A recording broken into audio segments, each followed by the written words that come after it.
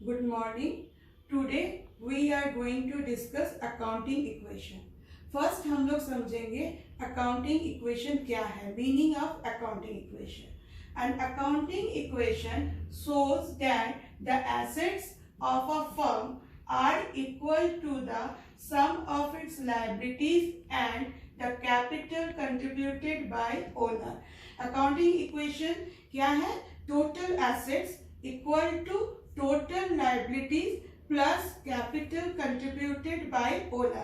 What is assets? Assets means जो owner के पास जो है संपत्ति, जो उनका खुद का है, जो वो लगाता है, that is total assets. Liabilities जो हम बाहर से बोरो करते हैं, यहाँ कहीं से लोन लेते हैं, दैट इज हमारा हो गया liabilities. And owners fund, that is owners capital. इनको हम फॉर्मूला में कैसे लिख सकते हैं? Assets equal to liabilities plus capital.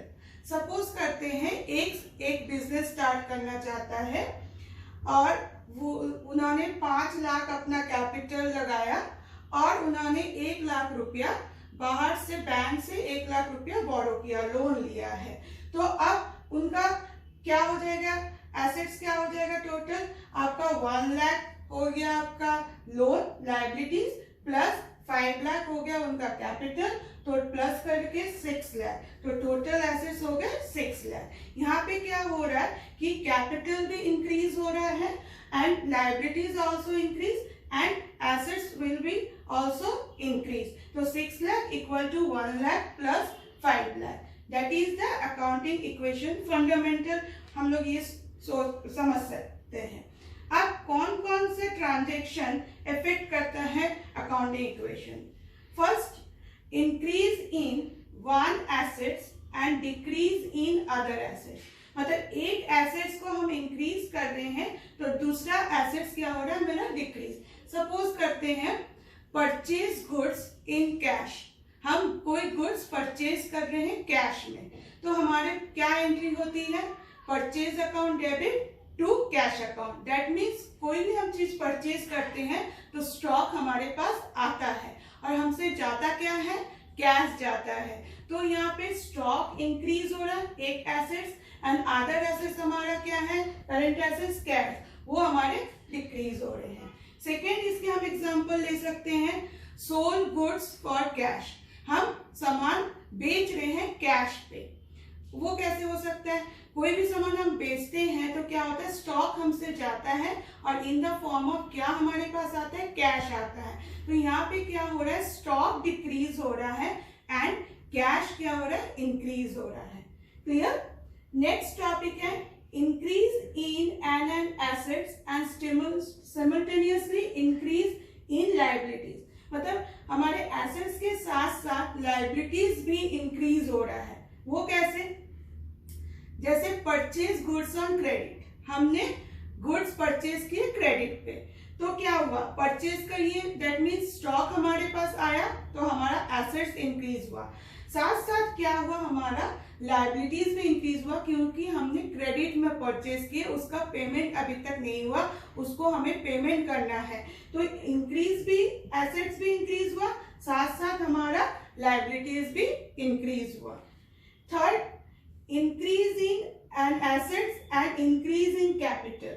मतलब एसेट्स भी इंक्रीज होगा एंड साथ साथ कैपिटल भी इंक्रीज होगा. ये कैसे हो सकता है? Increase in assets and increase in capital. अगर हम कैपिटल इंट्रोड्यूस कर रहे हैं, नया एडिशनल कैपिटल इंट्रोड्यूस कर रहे हैं, तो इससे क्या होगा? हमारा कैश भी इंक्रीज करेगा. कैश हमारा करंट एसेट्स होते हैं, कैश भी इंक्रीज करेंगे एंड साथ साथ ओनर्स कैपिटल आल्सो इंक्रीज होगा. तो ये दोनों एक साथ इंक्रीज होंगे. Fourth, decrease in an assets and decrease in liabilities.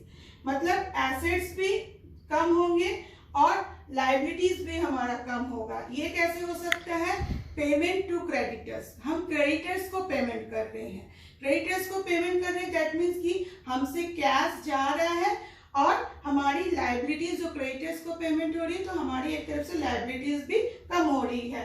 तो पे टू द क्रेडिटर्स, तो ये हो जाएंगे एसेट्स डिक्रीज हो रहा है कैश और हमारा लाइबिलिटीज क्रेडिटर्स भी डिक्रीज हो रहे हैं. Then decreasing in assets and decrease in capital. इसमें क्या है, एसेट्स भी डिक्रीज हो रहा है एंड कैपिटल आल्सो डिक्रीज हो रहा है। ये कैसे हो सकता है, ड्रॉइंग।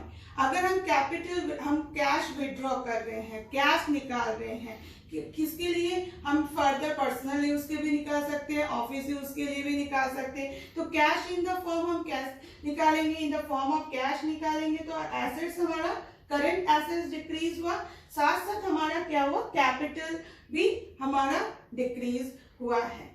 कुछ एडिशनल भी हम कर सकते हैं, एडिशनल एंट्री भी होती है, जैसे आउटस्टैंडिंग एक्सपेंसेस में क्या होता है, आउटस्टैंडिंग एक्सपेंसेस होने से लायबिलिटीज बढ़ती है, साथ साथ हमारा क्या होता है, कैपिटल। आउटस्टैंडिंग मीन्स क्या, आउटस्टैंडिंग मीन्स आपका बकाया जो अभी तक पेमेंट हुआ नहीं है। तो इसमें क्या होगा, अकाउंटिंग इक्वेशन में एक सेपरेट कॉलम होगा आउटस्टैंडिंग लायबिलिटीज का, जो लायबिलिटीज के साथ साथ liabilities plus capital plus outstanding liabilities करके अलग से कॉलम बनाएंगे।